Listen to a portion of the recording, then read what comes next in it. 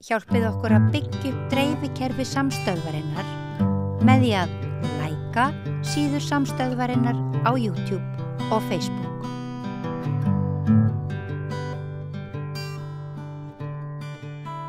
Já, við ætlum að tala efnahagsmál. Stefán Ólafsson, prófessor og ert ekki ennþá starfsmaður í Eflingu? Jú, ráðgjafi, jú, ég það. Ennþá. Þetta er svolítið spennandi tími. Það kemur fjárlög í næstu viku. Já. Seðlabankinn tilkynnti fyrir viku að hann ætlaði ekki að lækka vexti og hann myndi ekki lækka vexti fyrir en að verðbólgan kæmi niður að hans markmiðum og hann var nýbúinn að senda frá sér spá það að það myndi ekki gerast kannski fyrir en 2027. Já. Þannig að við munum hafa háa vexti hér að öllu óbreyttu nokkur missir enn. Já, því miður lítur það þannig út og það þegar við þurfum gjarna að staldra við húsnæðismálin að það stærsti orsakavaldur verðbólgunar og hefur verið það og við erum ekki að sjá fram á neina úrlausn í bráð á því. Það að fækka stórlega íbúðum í byggingum. Það að vísu slangur af íbúðum sem að selst ekki af því að þær eru dýrar orðnar og og lækka ekki, markaðurinn virkar ekki þannig. Nei, markaðurinn ekki að hjálpa til við að lækka verðið á þessu. Bankanir og fleiri hafa bara svo mikla hagsmuni að því halda verðin uppi að það íbúðunum frekar geymdar heldur en að lækka. Þeir hafa haft, verktakarnir hafa haft þessa útgönguleið að setja íbúðir geymaðir í Airbnb útleigu sem að skila þeim fullt af peningum og meðan þeir neyðast ekki til að selja.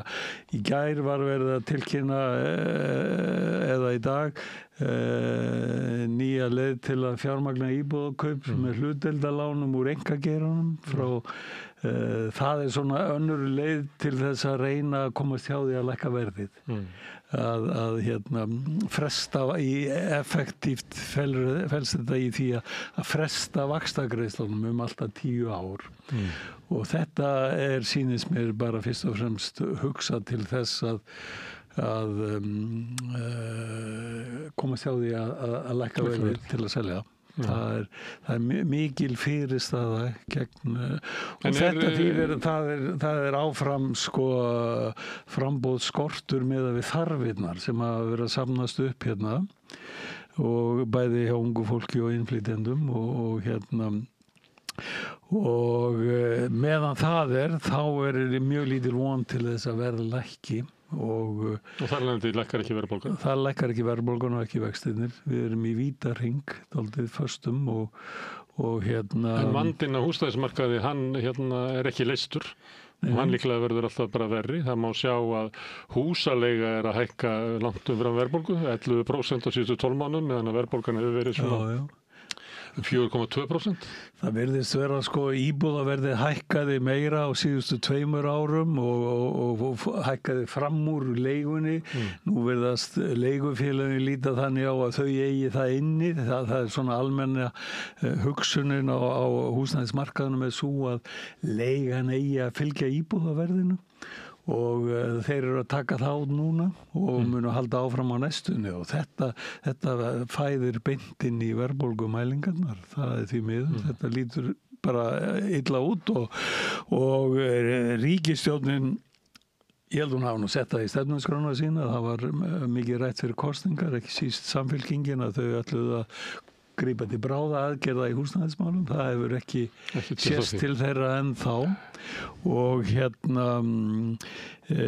það svo sem sjálfsagt ekki útilokað að þau grípi til einhverja ráða. Það sem að þyrfti og gæti virka hratt væri að stemma stórlega stigu við skammtíma útleigu til ferðamanna gegnum Airbnb og skilt á höfuðborgarsvæðinu sérstaklega. Það eru hér 4.000 íbúðir í þannig útleigu og ef það væri hægt að taka, segjum 3.000 út úr því dæmi og setja þeir í annarkot í sölu eða almenna lengri tíma leigu fyrir Íslandinga, að þá þetta inngrip í markaðinn sem að myndi halda aftur af hækkun leiguverðs. Það hefur oft verið reynt að stemma stigu við þessu, hvernig sem þetta er orðað. nokkrar aðgerðir bara undanförnum árum en sjálfum sem breytist þeir ekkert. Sko. Nei, það Ég kann ekki að skýra af hverju það en það er alltaf verið að boða okkur að nú verið hert af Já, en það er verið ekki talda. Sko. Já, og það er verið að segja að það komi fleiri lóðir og allt þetta og samt hefur ekkert breyst því miður. En það er færri íbúðir í byggingu núna. Það er alveg ljóst við hvað er í byggingu, hvað er leið út á markaðinn, svo kallega, að það er langt undir þörfunni. Þannig að húsnæðiskerfið bara virkar ekki. Það er alls ekki að virka. Ég hef þó helst trú á því að ef það veri tekið með róttakum hætti á þessum Airbnb útlegum að það gæti virkað því að þá erum við að tala um það mikinn fjölda af íbúðum sem að myndi fara í önnur not og það gæti hæglega ætti að geta haft áhrif á markaðinn en ef að eignafólki sem á þessar íbúðir og verktakarnir og fjárfestarnir þetta er mikil vettvangur fjárfesta ef að þeir hafa alltaf einhverjar aðrar útgönguleiðir þá mun ekkert breytast í þessu það mun alls ekkert breytast þannig að mér finnst bara horfurnar því miður fyrir næsta árið alveg bara ansið dökkar hvað þetta snertir Áframhaldandi húsnæðiskreppa, áframhaldandi hái vextir. Já, og þess vegna verðbólga að hún fari bara ekkert neðar, sko. Það við höfum verið að horfa mikið á þessa undirliggjandi þætti í verðbólgunni. Það er fyrir utan húsnæðisliðin, þá er þetta matvælaverðið sem það er ekki vegna hækkandi innflutningsverð, þetta er bara heimatilbúið. Það er reyndar, við höfum verið með fréttir af því að það er bæði stjórnvöld í Danmörku og Svíþjóð til dæmis, það var miklar áhyggjur af hækkunum matvæla. Það hefur Svíarnir, síðan sænska ríkisstjórnin kallaði forstjóra stórmarkaðana á teppið, skammaði á. Danska ríkisstjórnin var að skoða jafnvel að lækka vaskinn á matvælum og annað slíkt að reyna að ýta undir lækkun. Já, sem var reyndar athyglisvert, sko, en nú ekki góð reynsla af svona aðgerðum samt, sko. En það hefur ekki verið í mælingum á innflutningsverði en þá kannski er þetta eitthvað sem á eftir að skella á okkur þá. Já, gæti verið að styrking krónunar feli þetta eitthvað fyrir okkur í smá tíma? Það má vel vera, Svo að sjáast ekki lækkunin í olíu eða bensíni?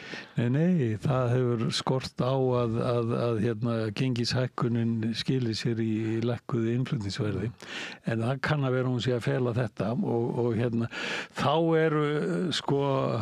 þá eru horfurnar fyrir næsta ár þannig að það væri ekkit fráleitt að forsendur kjarasamninga getur brostið á næsta ári haustið 2027. Já, það er ef ekki verður unnin bugur á þessari húsnæðiskreppu og síðan nú bara hitt að eyðslu geta tekjuhærri helmingsþjóðarinnar í talningu tekjuhæsta þriðjunginn að það er þaðan sem að eftirspurna þrýstingurinn á verðbólguna kemur. Hann er ekki að koma frá tekjulægri helmingi þjóðarinnar láglaunafólkinu sem á í basli við að ná endum saman. Það er helst það sem er að bera byrðarnar sem að Seðlabankinn leggur á. Já, það er stýrivaxta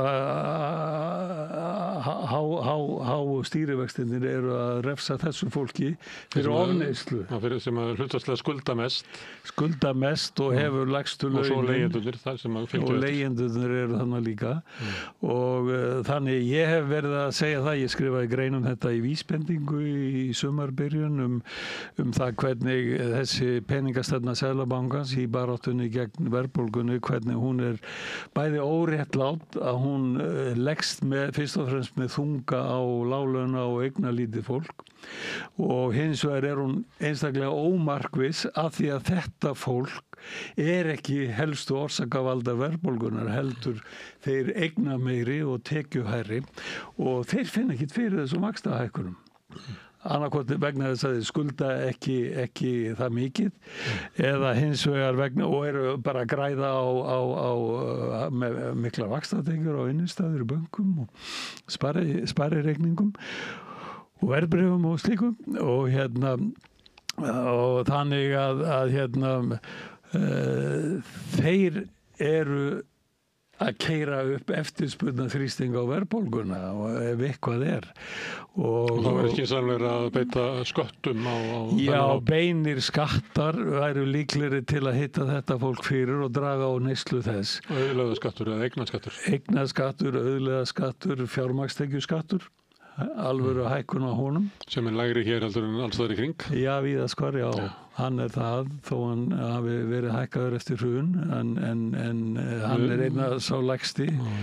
22% álagning á fjármagnstekjur umfram persónufrádrátt og lægsta álagning á launatekjur 32% umfram persónufrádrátt og ég hef nú verið að færa rök fyrir því að sko ASÍ með þá stefnu að það er skattleggja fjármagnstekjur á svipaðan hátt og launatekjur og lífeyri og bara aðra tekjur.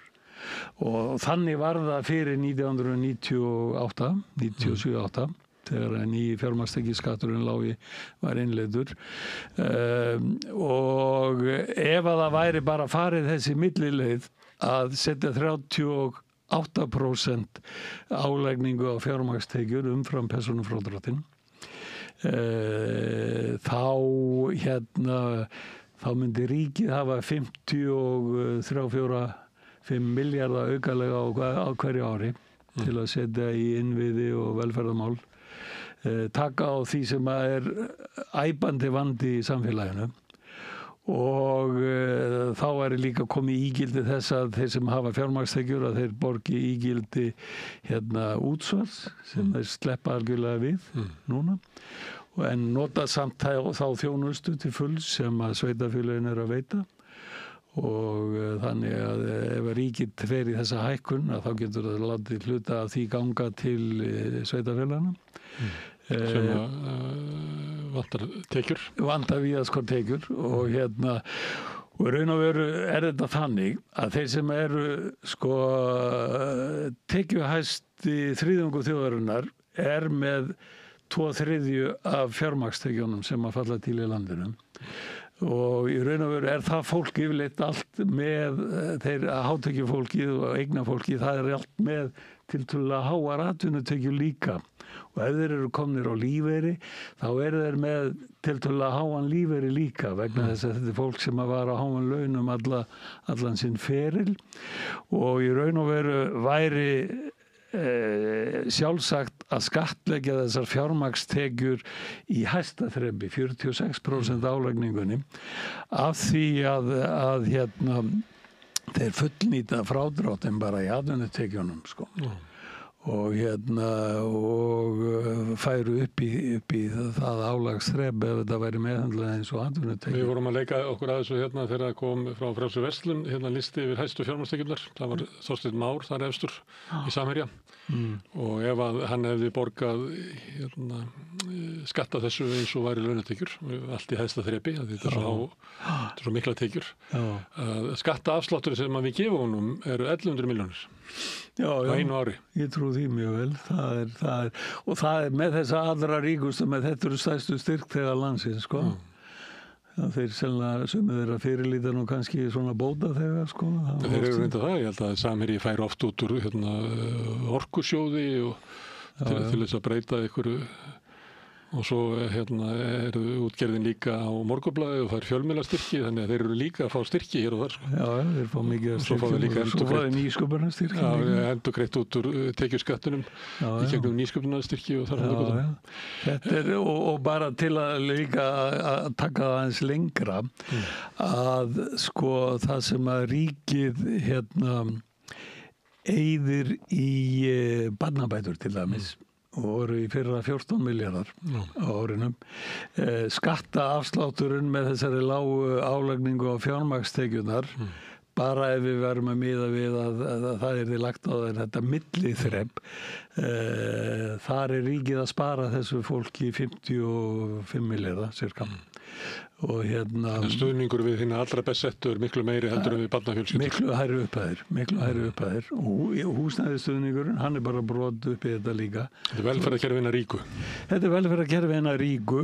Það er bara hvað þessa þætti snertir, ef við tökum sko húsnæðisstuðning og barnabætur, leggjum það saman og berðum það saman við þennan afslátt á skattlagningu fjármagnstekna, þá er afsláttur fjármagnsteknina tvöfaldur, það sem rennur til lágtekjufólksins í þessu formi, velferðarkerfinu. Og þetta er náttúrulega eitthvað sem ætti að vera umræðuefni í stjórnmáluna, því að eitt sem hefur gert hér eins og víða í kringum okkur að sko efnahagsleg staða yngra fólks, sem er þá foreldrakynslóðin, hefur orðið hlutfallslega lakari með árunum og það er vegna þess að það eitthvað leyti hefur velferðarkerfi verið að bresta, tilflutningur á tekjum á milli kynslóðana hefur brostið og þar leiðandi hafa þau sem eru eldri og eru kannski orðin skuldlaus og eru á ábúndi sinna atvinnutekna, þau hafa raunverulega betra af því að það er ekki verið að skattleggja þau eins og áður var gert, en þau sem eru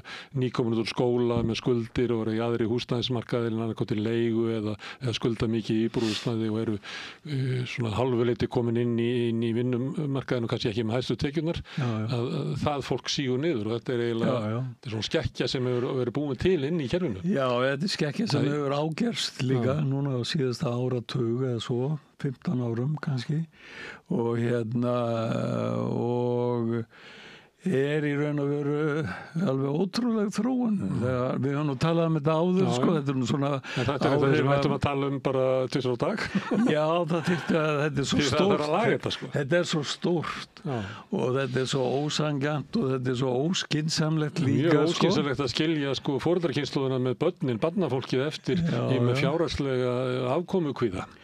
Sko, þegar að fjármálakreppan skall á 2008 að þá var ein af stóru skýringunum sem var reifu víðast hvar á Vesturlöndum var sú að fjárfestar og þeir sem hefðu fjármagnstekjur, þeir væru búin að vera að græða svo mikið á árunum á undan að þeir hefðu farið út í, þeir hefðu svo mikið af peningum og ójöfnur sem að jókst svo gríðarlega, að þeir hefðu farið svo mikið út í áhættu samari fjárfestingar að því að þeir þurftu að koma peningunum sínum fyrir í ávöxtun og voru bara í vandræðum með hvað er hægt að parkera þeim til að þeir skili einhverju af sér og þetta þýddi áhættu meiri fjárfestingar, meiri skuldsetning þar að ekki líka til viðbótar og þetta var sagt á víða skvar í Bandaríkjunum og víða sem eina stóru ástæðunum fyrir því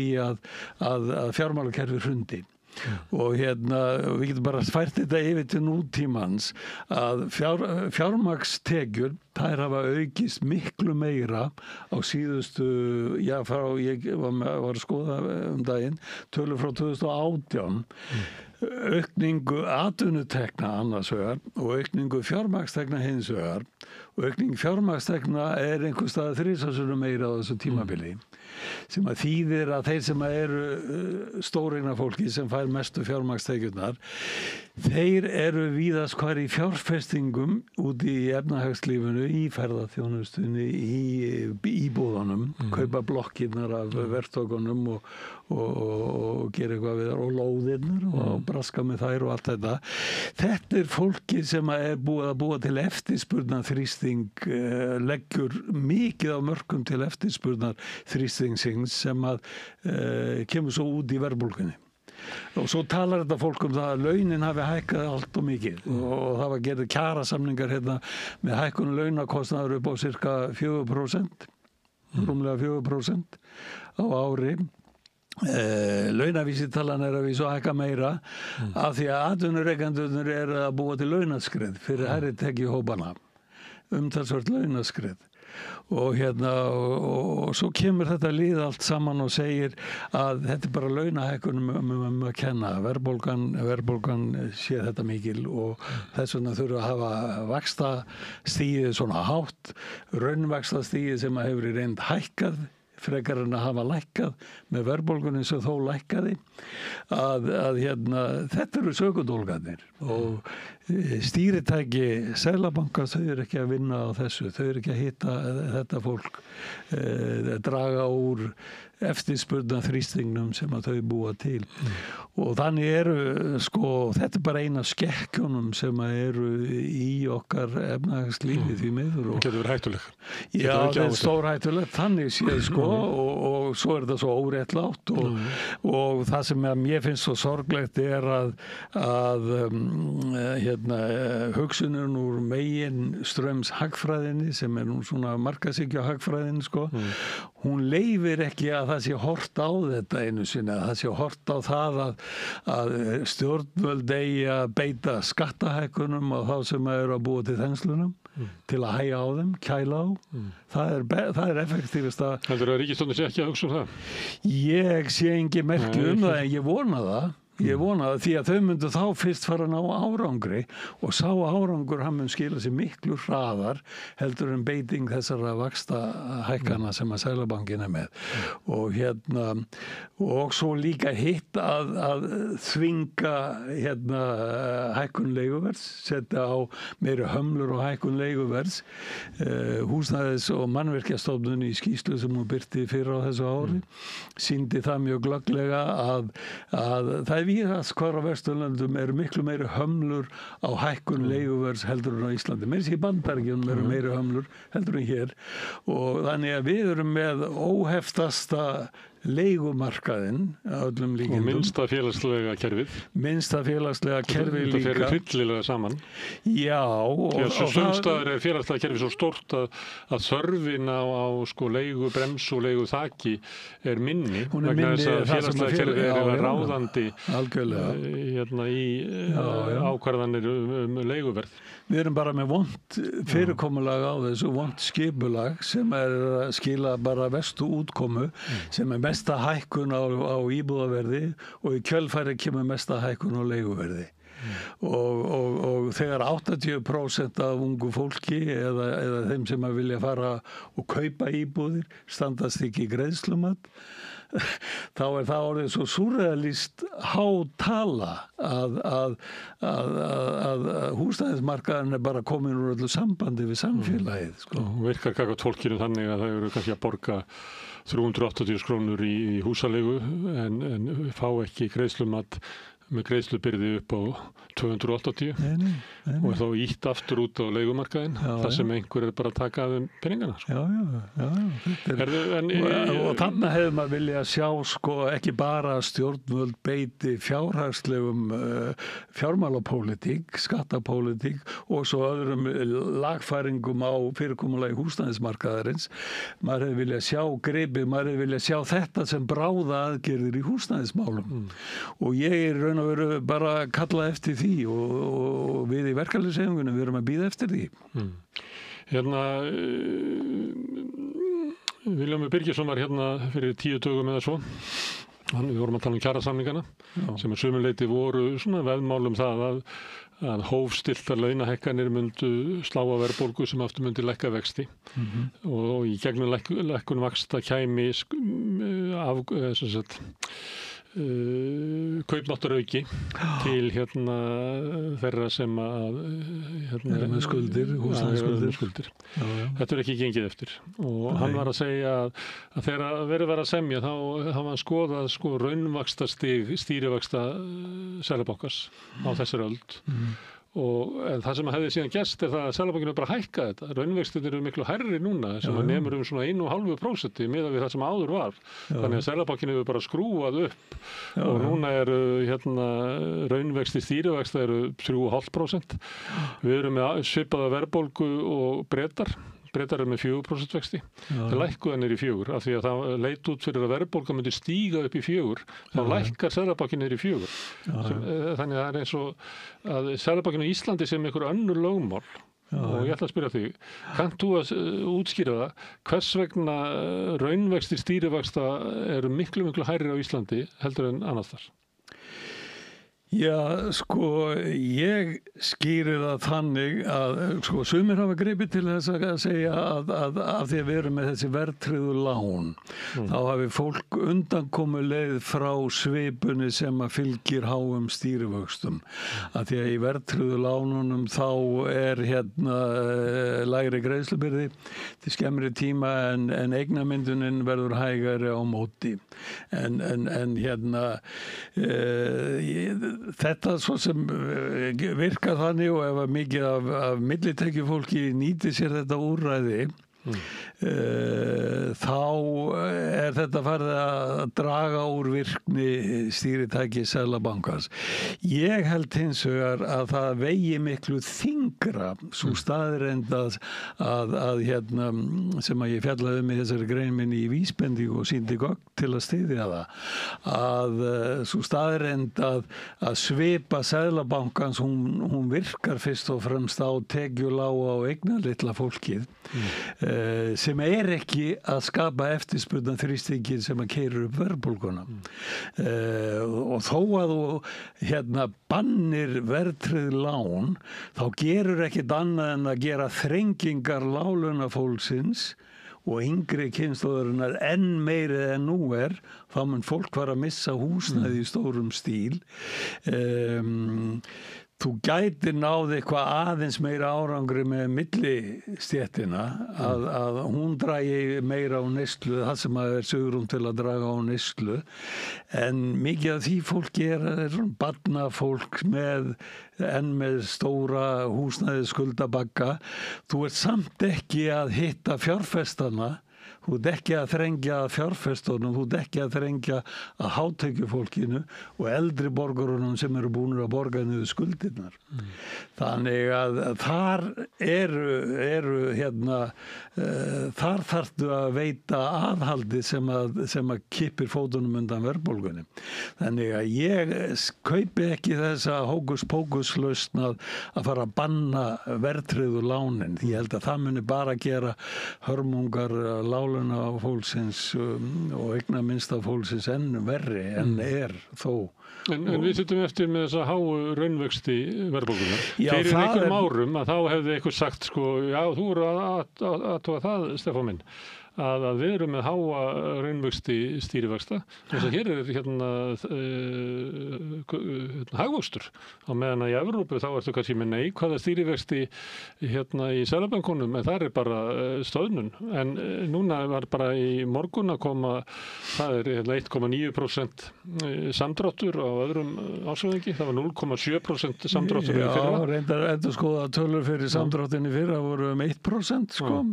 Þannig að við erum búin að vera hér í stöðu núna í 1,5 ár með engan hagvöxt, minna en engan hagvöxt. Við erum með samdrátt og hérna og en okkur eru við þá með háa vexti? Ég tel bara, Seðlabankin bara með rangar kenningar sem þeir eru að stýra þess út frá. Þeir eru að segja að það sé svo mikil þensla í samfélaginu, í þessu samdráttar samfélagi, það sé svo mikil þensla ennþá og að vinnumarkaðinn. Já, venda á vinnumarkaðinn sem nú engin, skoða tölur einkaneyslu innlendra að þá hvorki kaupmáttaraukning né vöxtur einkaneyslu gefur ekki tilefni til að segja að það sé mikill eftirspurnar þrýstingur af því. Það að vísu misskipt, það einhver þrýstingur frá tekjuhærri hópunum, en hérna Seðlabankinn síðasta árið þegar hann hefur verið að lækka, eftir hann fór að lækka stýrivextina, að þá hefur hann bara lækkað í fyrstu lækkað það miklu minna heldur en var lækkun verðbólgunar og þá var þetta hækka raunvextina og þeir eru að segja að þetta háa raunvextastig sem á stýrivöxtunum það sé nauðsynlegt til að kæla En nú erum við komin í kul. Við erum komin í kul. Það getur að frista þetta. Nei, og þetta bara endurspeglar það að það er ekki heil brú í þessari, finnst mér, í þessum málflutningi Seðlabankans. Og ég held að eitt eru raunvextir stýrivextana, hitt eru raunvextir húsnæðislána. Þau eru víða farin að nálgast 5%, sem er sögulega óhemjuhátt. Sem er ekki hægt að bjóða fjölskyldum upp á það. Nei, þetta er óhemjuhátt miðað við nágrannalöndin og það mætti verja raunvexti á bilinu á húsnæðislánum fyrir ykkur svona 2%, mestalagi 2,5% finnst mér. En það var öruggast að fjárfesting í heimi, fjárfesting í húsnæði, þannig að þetta er áhættu minnstu lánin.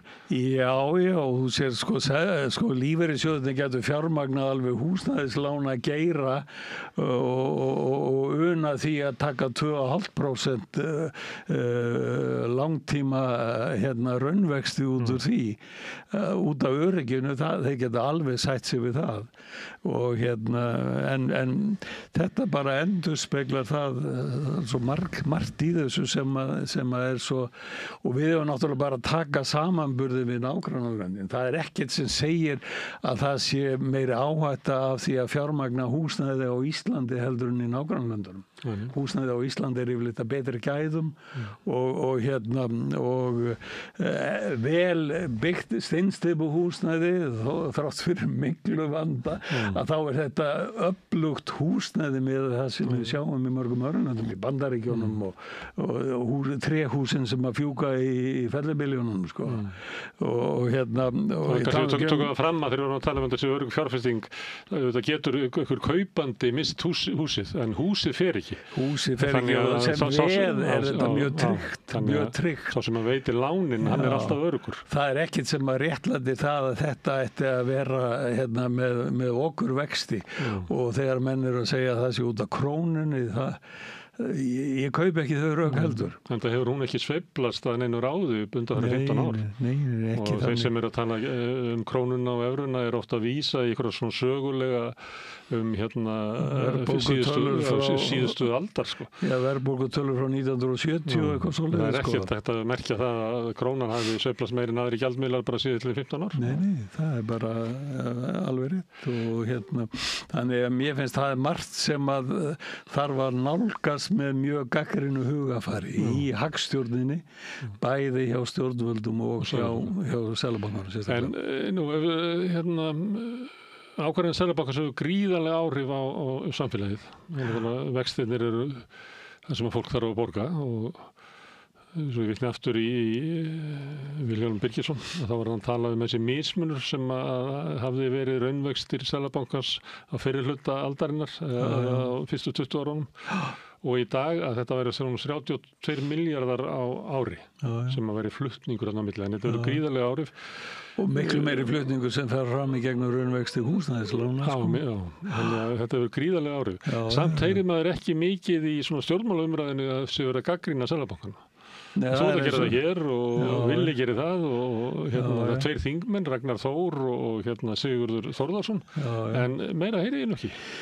Hagfræðingar stóðið í bönkunum hinum, það er náttúrulega allt og má auðvitað setja spurningamerki við það hlutverk sem það hefur í að móta viðmið fyrir fjármálamarkaðinn og fyrir stefnu Seðlabankans. Þetta fólk er allt í sama kórnum, syngur allt sömu laglínuna, úr sömu hagfræðibókinni, sem að er þessar röngu kenningar eins og ég kalla það, og mér finnst líka reyndar félagir mínir í hagfræðinni allt og margir skýrast við að horfa á þessi mál í mikilli gagnrýni. Ég nú unnið við hliðina á hagfræðingum og verið að tala við hagfræðinga alveg frá því í kringum 1970 þegar ég byrjaði háskólanámi. og svo vann ég á framkvæmdastofnun ríkisins við þjóðhagstofnun á sumrin og innan þetta lið allt saman og það sem að sló mig tiltölulega snemma og nú ég maður með reynslu áratuga reynslu af þessu hvaða mikill dogmatismi í hagfræðingunum sko þeir voru allir að bergmála það sem að Jóhannes Nordal sagði og svo seinna meir fóru þær allir að bergmála það sem að Jón Sigurðsson forstjóri þjóðastofnunar sagði og það var alltaf bara ein hugsun, ein skoðun og ég skal nú ekki segja að það sé svona slæmt eins og það var þá en það samt meginströms hugsunin mjög einfeldningsleg markaðshyggju hugsun alltaf því frjálshyggju hugsun. Það það sem haldið á almenningi. Við yfirleitt í gennum fjölmiðla þá erum við að heyra álit greiningadeilda bankana sem að má setja spurningamerki við hversu hlutlaust fyrirbærið það Já. Við heyrum ekki svo mikið úr háskólanum. Við heyrum ekki mikið að gagnrýnum röddum úr háskólanum. Það bara frekar fátítt og allt og hóflegt og af því að þetta svo stórt og það svo mikið í húfi þá finnst mér það að vantað mjög mikið inn í þessa umræðu og bara mér finnst það bara það eru þetta hagfræðingar sem að láta frá sér efasemdir og bestu mennirnir í því mér finnst þeir allt og hófsamir samt, en margir af þeim að koma með mjög gagnlegar ábendingar en megin straumurinn mjög þungur sem að styður þessa hagfræði hugsun Seðlabankans. Ríkisstjórnin þegar að þau að fara þegar nú verið svona svolítið að saka þau hvar stóra sleggja sem átt að slá niður verðbólguna og hvað allar ríkisstjórnin að gera og þá helsta svarið meiri niðurskurður. Við þurfum að ná jafnvægi í ríkissjóði einu ári fyrr en síðasta ríkisstjórn. Já, þetta mun engu breyta. Þetta heldur ekki stefnubreyting, þetta bara það sem Sjálfstæðisflokkurinn var að stýra í fjármálaráðuneytinu. Þetta mun engu skipt. Það má ekki horfa á að tækla húsnæðiskrísuna, tækla eftirspurnarkrísuna í hátekju og stóreigna fólkinu. Með fjármálastefnu eða með einhverjum inngripum á markaði í leigumarkaðin í fjármálamarkaðin þess vegna. Eða endurskoðun á lögum Seðlabanka þar sem eru sett fleiri viðmið sem hann eigi að hafa í vaxtaákvörðunum sínu eins og víða í kringum okkur. Þar hafa Seðlabankarnir þurfa að horfa til atvinnu, þátttöku og ýmislegra aðra þátta. Bandaríkjanna þurfa að gera það, atvinnuleysi. Það bara hér sem horft bara á verðstöðuleika. En ef við tökum þetta saman að þá með það sem Seðlabankinn segir að þá verða háir vextir hér og mjög háir raunvextir næsta 1,5 árið.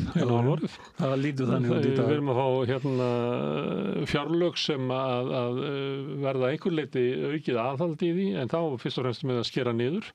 Ég veit að ráðherrarnir hafa einhverja væntingar svona sparnaðartillögur sem komu þegar var kallað eftir hjá almenningi en það mun ekki til við heyrum lítið ráðagerður skattahækkanir. Þú varst einn af þeim sem bast ákveðna vonir við síðustu kjarasamninga. Já, mikið skup. Þannig að það horfir ekki alveg. Ég svolítið áhyggjufullur. Húsnæðis krísan að éta kaupmáttinn sem átti að koma. Ég ekki að segja að kom engin kaupmáttur en Húsnæðis- og mannvirkjastofnun benti meðal annars á það að hækkun húsnæðisbóta til leigjenda og þau voru allt farin til leigusalana. Já, það átti ekki að gerast en það að gerast. Þannig að kjarabótin sem átti að koma af hækkun leigubótana hún svona heldur í horfinu bestafalli. Það þá raunverulega glórulaust að auka húsnæðisbætur án þess að hafa einhver mörk á húsaleiguverðinu. Við vorum með þá röksemd alla tíð hjá Eflingu að það að vera leigubremsa samhliða til að halda aftur á hækkunum, alvöru hömlur á hækkunum leiguverðs.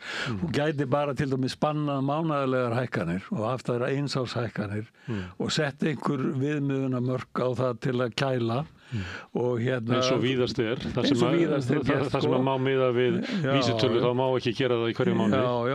Þá myndi leiguverðið ekki hafa svona mikil áhrif á verðbólguna. Þá kælur það niður. Þetta myndi hjálpa ríkissjóðinni í baráttunni gegn verðbólgunni og ekki kosta hana neitt einu sinni. Þannig að það er svona lúxuslaust ef það er vilji og skilningur á því að fara þessa leið. Og svo hitt með skammtímaleguna eins og ég var að tala um áðan með Airbnb, setja alvöru hömlur á það og þá myndu að grípa inn í markaðinn. Hagsmunaaðilarnir, Sjálfstæðisflokkurinn hefði aldrei tekið það í mál. Nú er spurningin, mun Samfylkingin og Flokkur fólksins taka það í mál. Það er það sem að geti skilað þeim alvöru árangri í baráttunni gegn verðbólgunni. Maður bíður spenntur. Já, fljótlega eftir að samningar voru gerðir, þá voru við að benda á það hérna við þetta borð.